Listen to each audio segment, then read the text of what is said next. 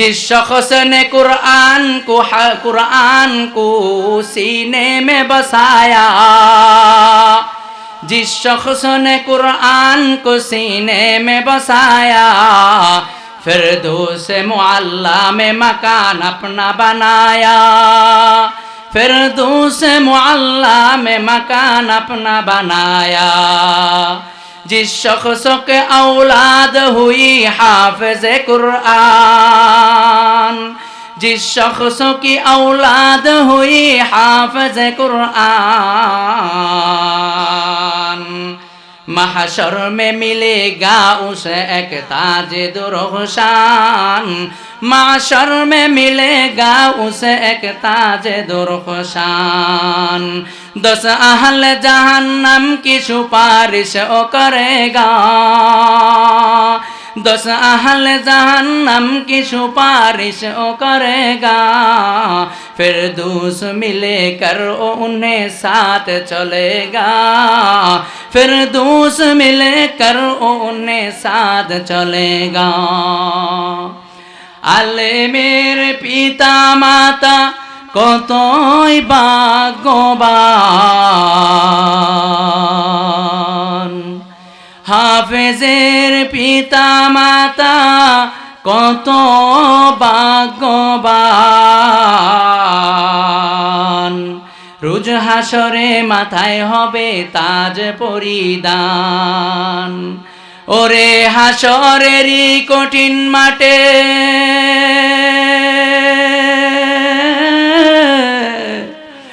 ওরে হাসরেরই কঠিন মাঠে হবে হাহাকার।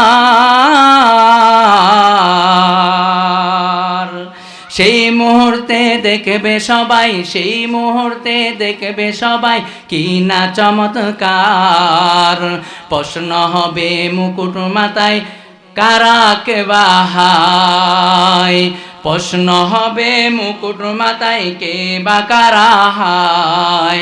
জবাব হবে আলেমেরি মা বাপ তাহারা, জবাব হবে হাফেজেরি মা বাপ তাহারা।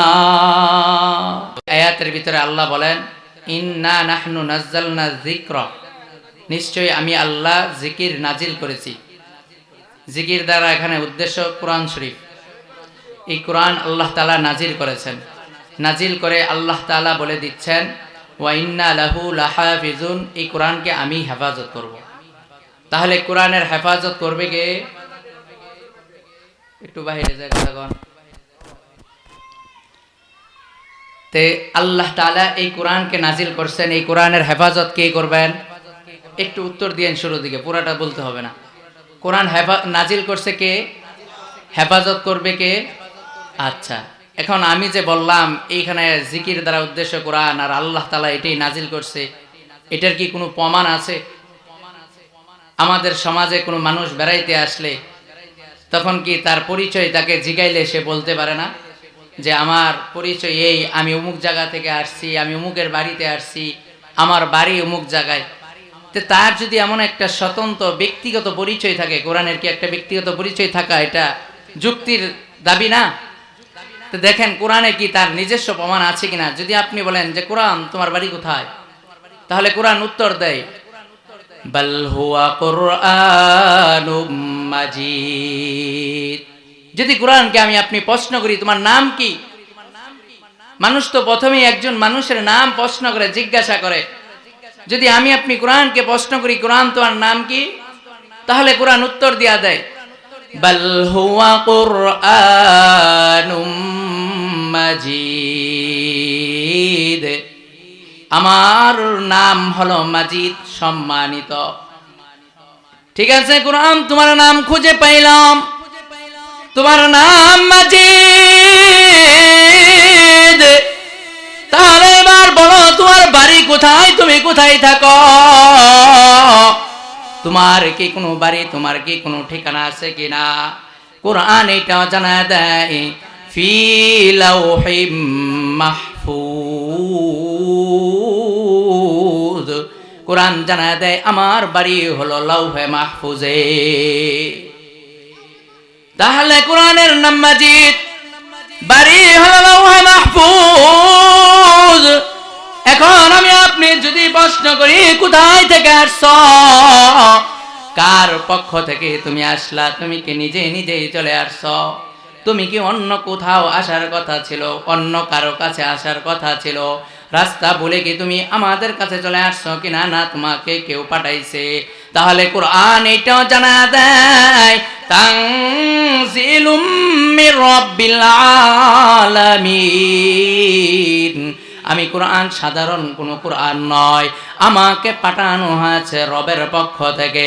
রবকে, যিনি আমারে বানাইছেন, যিনি আপনারে বানাইছেন, যিনি আসমান বানাইছেন, যিনি চন্দ্র বানাইছেন, যিনি সূর্য বানাইছেন, যিনি ব্ল্যাক হোল বানাইছেন, যিনি নিকুঞ্জ বানাইছেন, যিনি সাত আসমান সাত জমিন বানাইছেন, যিনি আমাকে আপনাকে বানায় এমনি এমনি ছেড়ে দেয় নাই।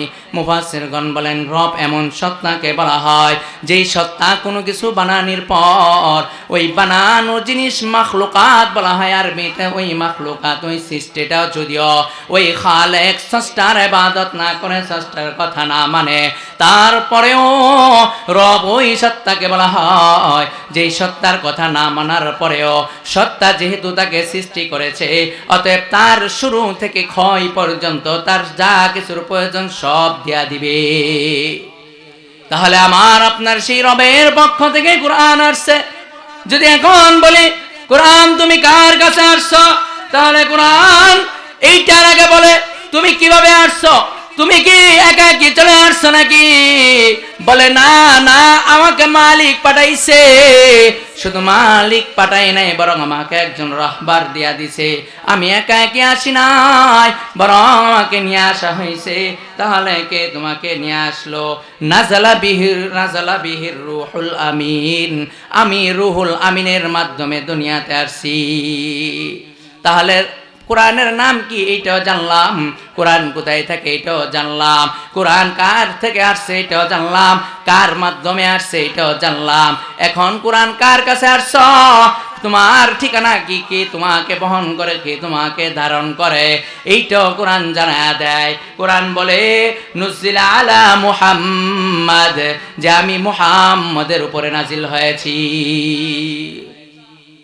মুহাম্মাদের উপরে কোরআন নাজিল হওয়ার কারণে কোরআনের দাম বাইরে গেছে। আমার আপনার নবীর উপরে নাজিল হওয়ার কারণে এই কোরআন যত আসমানি কিতাব আছে সমস্ত কিতাবের সরদার হয়ে গেছে।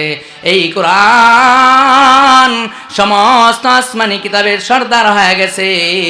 খুশির সংবাদ হলো কি, কোরআন নবীর উপরে আসার কারণে, নবীর উপরে আসার কারণে কোরআনের দাম বেড়ে গেল না, না, বরং আমি আপনি শেষ নবীর উম্মত হওয়ার কারণে আমার আপনার দাম এত বেড়ে গেছে যে আমার আপনার আগে কিয়ামতের ময়দানে কেউ জান্নাতে যেতে পারবে না।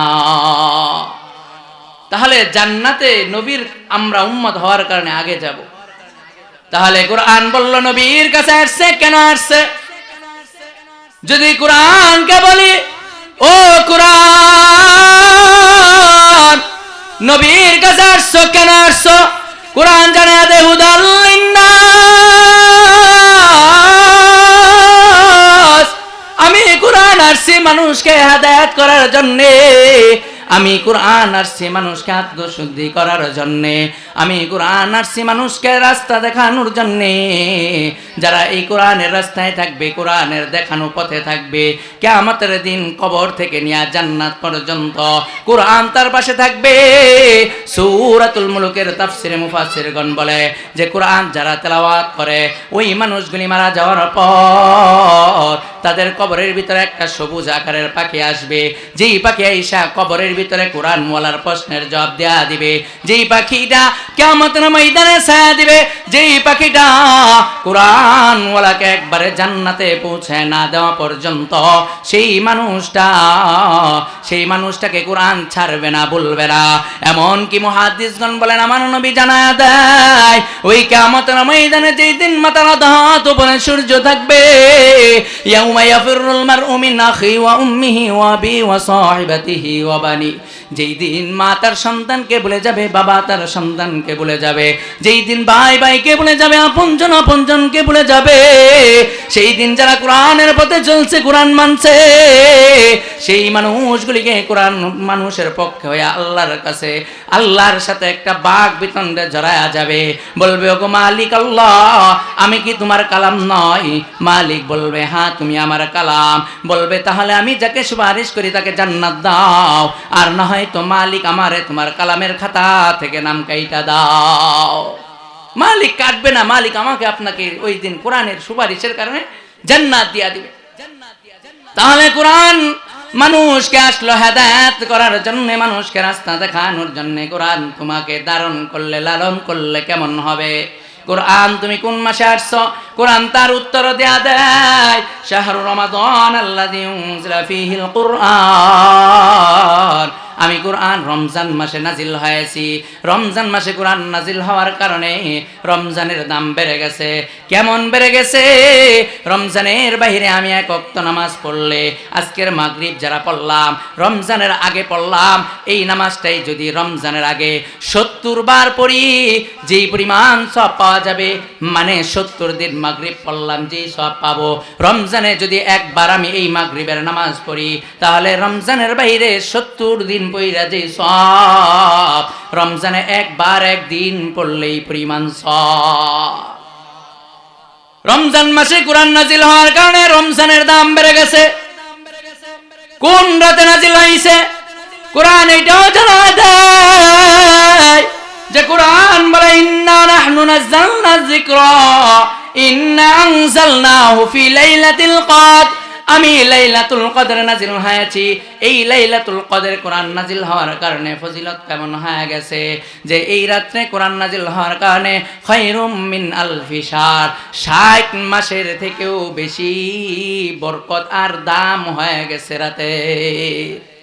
এই এক রাতের ইবাদত 60 মাসের ইবাদতের থেকেও বেশি উত্তম, বেশি সওয়াব, কারণ এই রাতে কোরআন নাজিল হয়েছে। এখন তো বড় দামি জিনিস, দামি সম্পদ। যেমন একটা উদাহরণ দেই, যদি এই এলাকার ভিতরে কোনো মন্ত্রী আসে, কোনো সিডিসি আসে, তার সাথে বডিগার্ড থাকে কিনা? থাকে। কারণ কে তার শত্রু পার্টি জানা নাই, কখন তাকে আক্রমণ করে বসবে এইটা আমি আপনি জানি না। এই কারণে তার সংরক্ষণকারী, হেফাজতকারী একজন লাগে। ও কোরআন, তোমার এত দাম, এত দাম, তুমি কি একাকী থাকো নাকি তোমার কোরআন তোমাকে কেউ হেফাজত করে? এইটাও কোরআন জানায়া দেয়। যে আয়াত আমি সূরাতুল হিজরের 9 নম্বর আয়াত 14 নম্বর পারার প্রথম পৃষ্ঠার ভিতরে, যে আয়াতের ভিতরে আল্লাহ তাআলা জানায়া দিয়েছেন, কোরআন উত্তর দেয়া দেয়, ইন্না নাহনু নাযালনা যিকরা ওয়া ইন্না লাহু লাহাফিজুন। আমি কোরআনকে আল্লাহ নাজিল করেছে, আর এই কোরআনকে আল্লাহই সংরক্ষণ করবে। তাহলে এতক্ষণে কোরআনের পরিচয় পাইলাম, এবং কোরআনকে সংরক্ষণ করা, হেফাজত করার দায়িত্ব আমার আপনার না আল্লাহ। তাহলে কোরআনকে হেফাজত করবে আল্লাহ। হুজুর কেন মাদ্রাসা করলো? এই যে আপনাদের এলাকার কৃতি সন্তান নাজমুল সাহেব, তিনি কেন মাদ্রাসার দায়িত্ব নিল? তিনি কেন এই মাহফিলের আয়োজন করলো? মাহফিলের আয়োজন কইরা তিনি টাকা তুলবে, টাকা তুইলে একদিনের টাকায় তিনি টাকাওয়ালা কোটিপতি হয়ে যাবে, একদিনের টাকায় তিনি বাড়ি গাড়ির মালিক হয়ে যাবে। এই নিয়তে তিনি কোরআন শিখাচ্ছে, তিনি কোরআন শিখাচ্ছে ছোট ছোট বাচ্চাদেরকে। কিন্তু আপনি কোরআন শিখতে পারি নাই, বা শিখলেও দুনিয়ার যায় ঝামেলা, সাংসারিক বিভিন্ন কাজের কারণে আপনি দূরে চলে গেলাম, কিন্তু আমার আপনার জানা নাই। এই কোরআন শিখছি ছোট সময়, যেই সময় এত শিক্ষার আধুনিকতা ছিল না, শিক্ষার ছোঁয়া ঘরে ঘরে পায় নাই, যেই সময় শিক্ষা এত বেশি প্রভাব বিস্তার করতে পারে নাই, সেই সময় আমি আপনি এই মাদ্রাসাতেই পড়েছি, এই ফুরকানিয়াতেই কোরআন শিখেছি, কিন্তু আমি আপনি ওইভাবে কোরআনকে ধারণ করতে পারি নাই, ওইভাবে কোরআনকে লালন করতে পারি নাই। কারণ আমি আপনি জানি না কোরআন নিলে কি হবে। আমি আপনি তো জানি শুধু এইটা একটা কাগজে লেখা কিতাব, যেইটা নিজে নিজে চলতে পারে না, যেইটা কথা বলতে পারে না। কেউ তেলাওয়াত করলে সুন্দর শোনা যায়, কেউ অর্থ বললে প্রকাশ হয়, কিন্তু এর ভিতরে কি আছে, এইটা কি মা বললে পড়তে হয়, এটা কি বাবা বললে পড়তে হয়, নাকি এটা জীবনে ধারণ করতে হয়, এটা নিজে শিখতে হয়, নিজে আমল করতে হয়, এটা জানি না। কিন্তু আজকে না জানার কারণে আমি আপনি এই কোরআন থেকে বহু দূরে। ছোট্ট বাচ্চাদের সামনে যদি আপনি আংরা, জ্বলন্ত আংরাই না দেন, সে আগুন কি জিনিস বুঝে না। এই কারণে সেই আংরাকে থাপা দিয়া ধরতে যাবে, কারণ সে বুঝে না, কিন্তু আমি আপনি ধরবো না, কারণ হাত পড়ে যাবে। ঠিক তেমনি ভাবে কোরআন এটা কি জিনিস আমি আপনি ধারণ করতে পারি নাই, আমি আপনি লালন করতে পারি নাই। আমার একটা ছোট্ট জরিপে যেইটা আমি বুঝলাম, যেইটা আমি বিভিন্ন জায়গায় বয়ান করে করে পাইলাম, এইটার মূল নতিজা যেইটা ফলাফল পাইলাম, এটা হলো যে মুষ্টিময় কিছু মানুষ আমাদের সমাজে দিনই কাজে জড়ে, মুষ্টিময় কিছু মানুষ যারা নাকি ওয়াজ মাহফিলে আসে, তাদের প্রত্যেকই প্রশ্ন করলে একটা কথায় উত্তর দেয় যে আমরা আমাদের দাতার হাতের আঙ্গুল দইরা, আমরা আমাদের বাবার হাতের আঙ্গুল দইরা দইরা ছোট্ট সময় এরকম মাহফিলে যাইতাম। এই কারণে এখন মাহফিল হইলে আর বসে থাকতে পারি না, মাহফিল হইলে আমি এই মাহফিলের প্যান্ডেলের ভিতরে চলে আসি। আপনারাও কি ছোট সময় মা বাবার সাথে, নানার সাথে, দাদার সাথে মাহফিলে গেছেন না? কিন্তু আপনি যে গেলেন, আপনার দাদা, আপনার বাবা তিনার দায়িত্ব পালন করছে, আপনার সাথে কোথায়? মানুষ বলে বাড়ির সৌন্দর্য হচ্ছে বাচ্চা। একটা বাড়ির ভিতরে খুব সুন্দর ফার্নিচার আছে, অনেক সুন্দর কারুকার্য আছে, অনেক কিছু আছে, লিফট আছে, কিন্তু যদি ওই দাম্পত্য জীবনের ভিতরে সন্তান না থাকে, ছোট্ট বাচ্চারা না থাকে, ওই বাড়ি খালি খালি শূন্য শূন্য মনে হয়। ঠিক তেমনি ভাবে যেই মজমার ভিতরে ছোট বাচ্চা থাকবে না, ওই মজমা বেশি দিন জমিনে টিকবে না, ওই মজমা অচিরেই ধ্বংস হয়ে যাবে, কারণ নতুন জেনারেশন, নতুন প্রজন্ম তৈরি হবে না।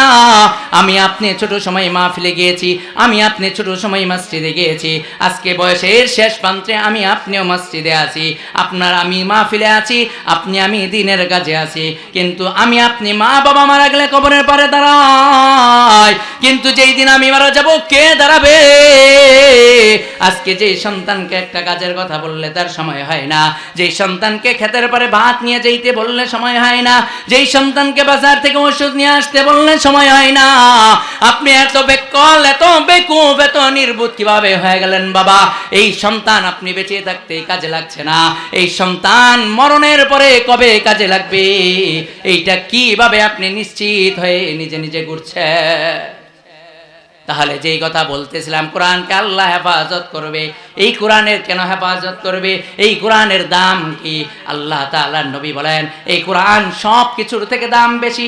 এই কোরআনের বৈশিষ্ট্য, কোরআন এটা আল্লাহর কথা, এইটা এমন নয় যে এইটা আল্লাহ তাআলা একটা জিনিস বলতে চাইছে, এই জিনিসটা নবীর অন্তরে ঢেলে দিয়েছেন, তা আরেক ভাষায় তিনার ভাব প্রকাশ হয়েছে। যেমন নবীর হাদিস, নবীর হাদিসের বিধান, নবীর হাদিসের ধরন কি?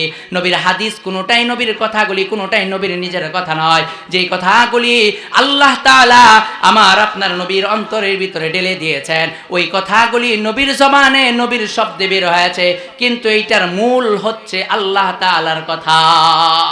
মূল মাকসাদটা কি? আল্লাহর কথা। যেমন সহজ উদাহরণ দিলে বুঝবেন, এখান থেকে হুজুর একটা ছাত্রকে বলল যে ওই যে অমুক দাঁড়ায় আছে, অমুক হুজুর ওই পাশের রুমে, হুজুরে যায় বলো যে আপনাকে বড় হুজুর ডাকে। সে কি বলবে? যে হুজুর আপনি ডাকে। সে যায় বলে কি আসসালামু আলাইকুম, হুজুর আপনাকে সালাম জানাইছে। তাহলে বড় হুজুর বলল যে তাকে অমুক হুজুরে যায় বলো আসতে, ছাত্র যায় বলল যে হুজুর আপনারে সালাম জানাইছে, তাই সালাম জানাইলে যাইতে হবে, মানে সালাম জানাইছে মানে ডাকছে। তাহলে কথার ভিতরে কি ভিন্নতা আসে নাই? অর্থের ভিতরে ভিন্নতা আসছে।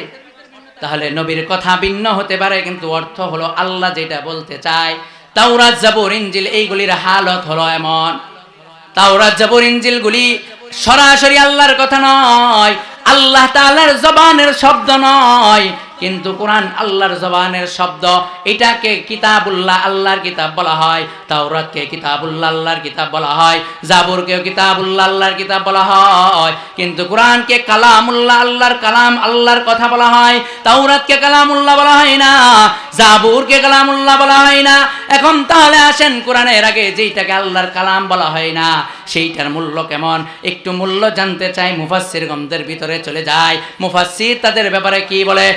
মুফাসসিরগণ বলে, যদি তাওরাতকে কেউ ওজনে তুলতে চাই সম্ভব না, জাবুর পুরাটাকে দাম নির্ধারণ করতে চাই সম্ভব না, যদি ইনজিল পুরাটার দাম নির্ধারণ করতে চাই সম্ভব না, তাহলে তাওরাতের একটা আয়াত নিলাম, এই একটা আয়াত যদি আমি আপনি তাওরাতের ভিতরে রাখি, যদি মিজানের পাল্লায় রাখি, আর আরেক পাশে যদি 7 আসমান 7 জমিন রাখি, এই সব কিছুর থেকে আমার আপনার যে তাওরাত কিতাব আছে, এই তাওরাত কিতাবের একটা আয়াতের ওজন বেশি হয়ে যাবে। তাহলে তাওরাতের একটা আয়াতের ওজন এত বেশি, তাহলে বুঝতে হয় পৃথিবীকে ছোট জিনিস, পৃথিবীকে পাল্লায় তোলা যাবে এমন নাকি? পৃথিবী কেমন যে পৃথিবীর ভিতরে আমরা যেই দেশের ভিতরে আছি, 56,000 বর্গ মাইলের বাংলাদেশ, এই জায়গাটাই অনেক মানুষের দেখা হয় নাই, এই জায়গাটাই অনেক মানুষ ঘুরে শেষ করতে পারে নাই। এরকম বাংলাদেশের মতো 19 থেকে 21টা রাষ্ট্র নিয়ে এতটুক বাংলাদেশের যে এরিয়া 56,000 বর্গ মাইল, এর 19 থেকে 20 গুণ বড় হচ্ছে ইন্ডিয়া, আবার ইন্ডিয়া থেকেও বড় আছে কানাডা, রাশিয়া, ইউরোপ, এরকম বড় বড় রাষ্ট্রগুলি আছে। তাহলে জমিন কত বিস্তীর্ণ, কিন্তু বিজ্ঞান আবিষ্কার করেছে এই বড় বিস্তীর্ণ জমির ভিতরেও এর কিছু অংশ জমি আর পৃথিবীর 3 ভাগের 2 ভাগ পানি আর 1 ভাগ মাটি, তাহলে পানিটাই বেশি, মাটি কম, আর এই মাটি আমরা ঘুরে শেষ করতে পারি নাই। তাহলে পৃথিবী কত বড়? এই পৃথিবী থেকেও 13 লক্ষ গুণ বড় হলো সূর্য, কিন্তু সূর্য এই পর্যন্তই শেষ না। বিজ্ঞান আবিষ্কার করে যে সূর্য পৃথিবী থেকে 13 লক্ষ গুণ বড়, মানে 13 লক্ষ পৃথিবীকে একটা সূর্যের ভিতরে জায়গা দেওয়া যাবে। তাহলে সূর্যটা কত বড় হইল? বিজ্ঞান আবিষ্কার করতে করতে এই পর্যন্তই থামে না। বিজ্ঞান আরো আবিষ্কার করে যে এই যে সূর্য দেখছো, এই সূর্য থেকে 13 লক্ষ গুণ নয়, বরং 33 কোটি গুণ বড় একটা তারা আছে, যেই তারা আল্লাহ তাআলা বানাইছেন। ওই তারাটার নাম হলো বেটেলজুস। ওই বেটেলজুস তারার ভিতরে 33 কোটি পৃথিবীকে জায়গা দেওয়া যাবে। এরকম শত শত কোটি কোটি তারকা নিয়ে এরিয়া গঠিত হয়, ওই এরিয়াগুলির নাম হয় গ্যালাক্সি। কিন্তু আমরা যেই গ্যালাক্সির ভিতরে আছি তার নাম হলো মিল্কি ওয়ে গ্যালাক্সি। এই পর্যন্তই শেষ না, আল্লাহ তাআলা কোরআনের ভিতরে বলে, ফালা উকসিমু বিমা ওয়াকিআন নুজুম, যে একটা পর্যায়ে আল্লাহ তাআলা চন্দ্র তারকারাজি যেই জায়গায় পতিত হয়ে যায়, যেই জায়গার ভিতরে যায় হারায়া যায়, এইটার শপথ খেয়েছে সূরাতুল ওয়াকিয়ার ভিতরে। আর বিজ্ঞান আবিষ্কার করে এই যে তারকা আমরা আবিষ্কার করলাম, যে একটা তারকা 33 কোটি গুণ বড়, এই তারকাই শেষ না, তার থেকে আরো বড় বড় সহস্র তারকা আছে। আল্লাহ বলেন এই তারকাগুলি একটা জায়গায় যে শেষ হয়ে যায়। বিজ্ঞান যার নাম দিয়েছে ব্ল্যাক হোল, কৃষ্ণচূড়া, কালো গর্ত, যেইটার ভিতরে এরম বড় বড় তারকাগুলি যায় হারায়া যায়। এই যে হারাচ্ছে, আজ পর্যন্ত কোন তারকা সেই গর্ত থেকে ফিরে আসতে পারে নাই। এরপর বিজ্ঞান আবিষ্কার করে, এরপর মহাশূন্য, আমরা এই পর্যন্তই গেছি, এরপরে আর যাইতে পারি নাই। বিজ্ঞানের দৌড় মহাশূন্য পর্যন্তই শেষ। এরপরে নবী বলে আসমান, এরপরে দ্বিতীয় আসমান, এরপরে তৃতীয় আসমান, এরপরে চতুর্থ আসমান, এরপরে পঞ্চম আসমান, এরপরে ষষ্ঠ আসমান, এরপরে সপ্তম আসমান, এরপরে লৌহ, কুরসি, কলম, আরো কত আল্লাহ তাআলার আবিষ্কার। এই পুরা আবিষ্কার আর তাওরাত, জাবুর, ইনজিল, এমন সপ্তমক জমিন, এই সব কিছুকেই যদি মিজানের এক পাল্লায় তোলা হয়, কোরআনের একটা আয়াতের প্রয়োজন নাই। আমরা কোরআনের আয়াত শুরু করার আগে, কোরআনের সূরা শুরু করার আগে বিসমিল্লাহির রহমানির রহিম পড়ি। এই বিসমিল্লাহির রহমানির রহিমের ওজন এত বেশি যে এইটাকে মিজানের এক পাল্লায় রাখলে আর মালিকের সমস্ত সৃষ্টিকে আরেক জায়গায় যদি রাখে, তাহলে সমস্ত সৃষ্টির থেকে আসমানি কিতাব, চন্দ্র, সূর্য, লৌহ, নক্ষত্র যা কিছু আছে সব কিছুর থেকে কোরআন শরীফের সূরা শুরুর আগে যে বিসমিল্লাহ আছে, এই বিসমিল্লাহর ওজন বেশি হয়ে যাবে। তাহলে কোরআনটা ছোট কোরআন নয়। এই কোরআনকে আল্লাহ কিভাবে হেফাজত করছে? কোরআনকে আল্লাহ প্রধানত 4 ভাবে হেফাজত করছে। 1 নাম্বার, আরশে আজিমের নিচে যা আছে এই সব কিছু কিয়ামতের দিন ধ্বংস হবে। এই কারণে মালিক আরশে আজিমের উপরে একটা রাজত্ব, একটা রাষ্ট্র বানাইছেন, দেশ বানাইছেন, যার নাম হলো কাফ রাজ্য, পাহাড়ের রাজ্য। ওই জায়গার ভিতরে পাহাড় আছে অনেক। পাহাড়গুলি হলো কোরআনের প্রতিটা আয়াতের ডিজাইনে। বিসমিল্লাহ লিখলে যেমন কাগজে একটা নকশা হয়, একটা আয়াত লিখলে যেমন নকশা হয়, আলহামদুলিল্লাহি রাব্বিল আলামিন এইটা লিখলে যেমন একটা ডিজাইন পরিণত হয়, এমন ডিজাইনের আকারে আকারে কোরআনের বিসমিল্লাহ থেকে নিয়া মিনাল জিন্নাতি ওয়ান নাস পর্যন্ত যত আয়াত আছে সমস্ত আয়াত অনুযায়ী এক একটা করে পাহাড় আল্লাহ কাফ রাজ্যের ভিতরে বানায়া কোরআনকে প্রধানভাবে হেফাজত করেছে। এইটা হলো হেফাজতের একটা মাধ্যম। দ্বিতীয় নাম্বার মাধ্যম, আল্লাহ লিখিত আকারে লাউহে মাহফুজে হেফাজত করেছে। তৃতীয় নাম্বার মাধ্যম, আল্লাহ ইসরাফিল আলাইহিস সালাতু ওয়াস সালামের কপালের ভিতরে হেফাজত করেছে। তাহলে ইসরাফিল কেমন বড়? মুহাদ্দিসগণ মুফাসসিরগণ বলেন সমগ্র পানি, পৃথিবীর ভিতরে যত পানি আছে সমস্ত পানিকে যদি কোন মানুষ একত্রে কইরা মিকাইল আলাইহিস সালাতু ওয়াস সালাম, ইসরাফিল আলাইহিস সালাতু ওয়াস সালাম তিনাদের মাথায় ঢেলে দেয়, তাহলে এই সমগ্র পানি তিনার মাথা ভিজে কান পর্যন্ত পৌঁছবে না। চিন্তা করেন কত বড় মাথা, যে মাথার তালুতে ডাললে কান পর্যন্ত আসবে না। চতুর্থ নাম্বার, আল্লাহ তাআলা কোরআন হেফাজত করেছেন আমাকে আপনাকে দিয়া কোরআন হেফাজত করেছেন। কেমনে? হয়তোবা আমি আপনি কোরআনকে হেফাজত করেছি মুখস্থ করে, আর না হয়তো কোরআনকে সাহায্য করে, কোরআনের প্রতিষ্ঠানকে সাহায্য করে, আর না হয়তো আমি আপনি কোরআনকে হেফাজত করেছি কোরআন ওয়ালাদের পাশে সংরক্ষণকারী হয়ে। এখন আমি আপনি যেইভাবে কোরআনকে হেফাজত করি, এই যে আল্লাহ তাআলা কাফ রাজ্যে লাউহে মাহফুজ ইসরাফিল তাদের আল্লাহ তাআলা তাদের মাধ্যমে যেইভাবে হেফাজত করেছে, এটার কোনো মূল্য, এটার কোনো ফজিলত তারা পাবেন আল্লাহর কাছে। কিন্তু আমি আপনি, আমার আপনার সন্তান, আমার আপনার নাতিপুতি কোরআন শিখছে, আল্লাহ তাদেরকে সম্মানিত করেছেন।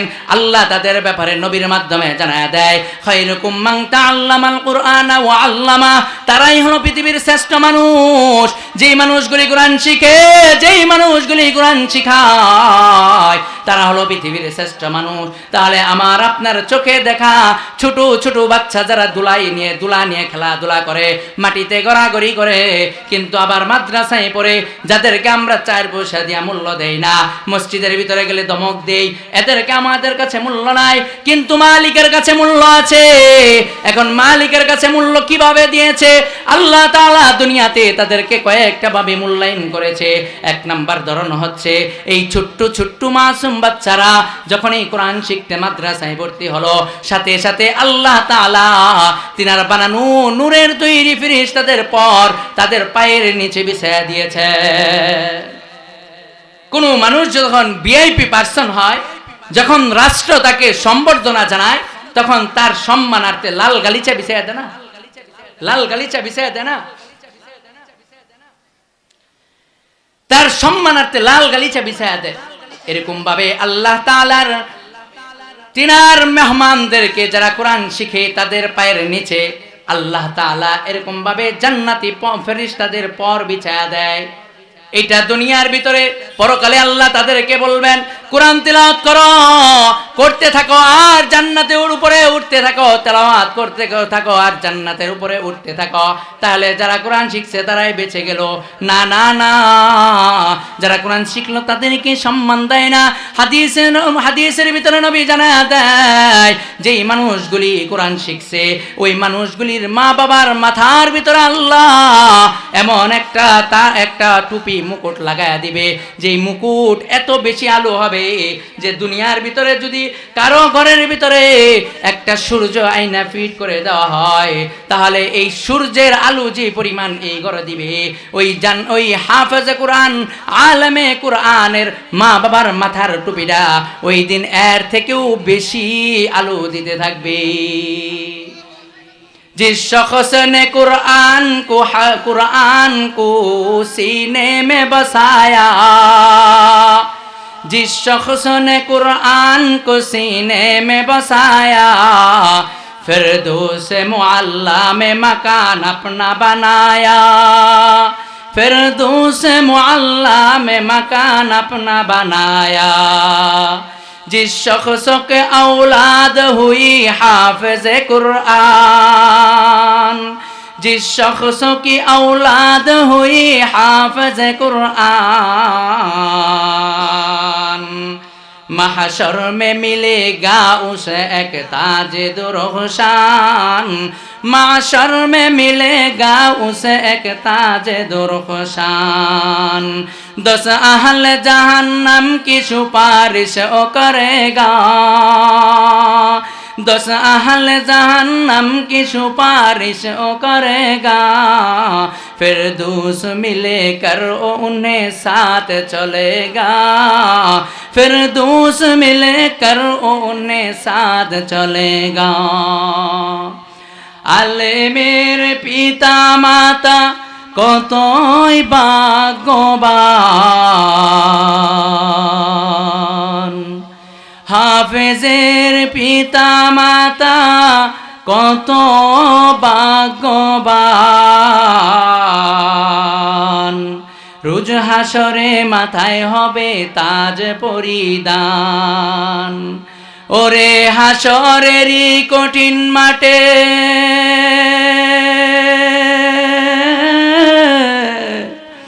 ওরে হাসরেরই কঠিন মাঠে হবে হাহাকার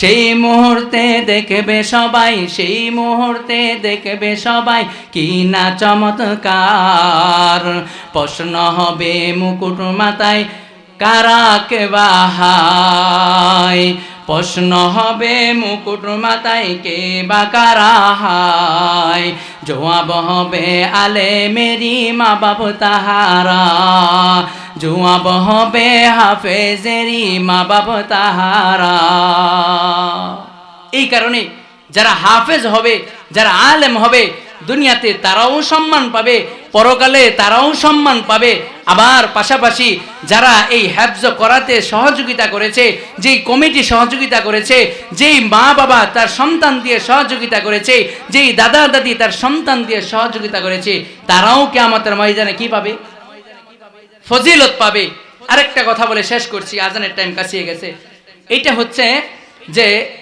আমার আপনার এলাকায় কিছু সন্তান কোরআন শিখছে তাদের এই কোরআন শিখাতে ফজিলত কি হাদিসে নববীর ভিতরে নবী আলাইহিস সালাম বলেন কোন এলাকায় যদি মাসুম বাচ্চারা কোরআন তেলাওয়াত করে ইন্নাল্লাহা ইরিদুল আযাবা বিআহলিল আরদ আল্লাহ তাআলা যদি ওই জমিনে আযাব দিতে চায় আর সেই জায়গায় যদি ছোট বাচ্চাদের কোরআন তেলাওয়াত শুনে তাহলে আল্লাহ ওই এলাকা থেকে আযাব তুলে নেয় এই কারণে আমরা চাই না সকলেই যে আমাদের এলাকা আল্লাহ তাআলার আযাব গজব থেকে হেফাজত থাকুক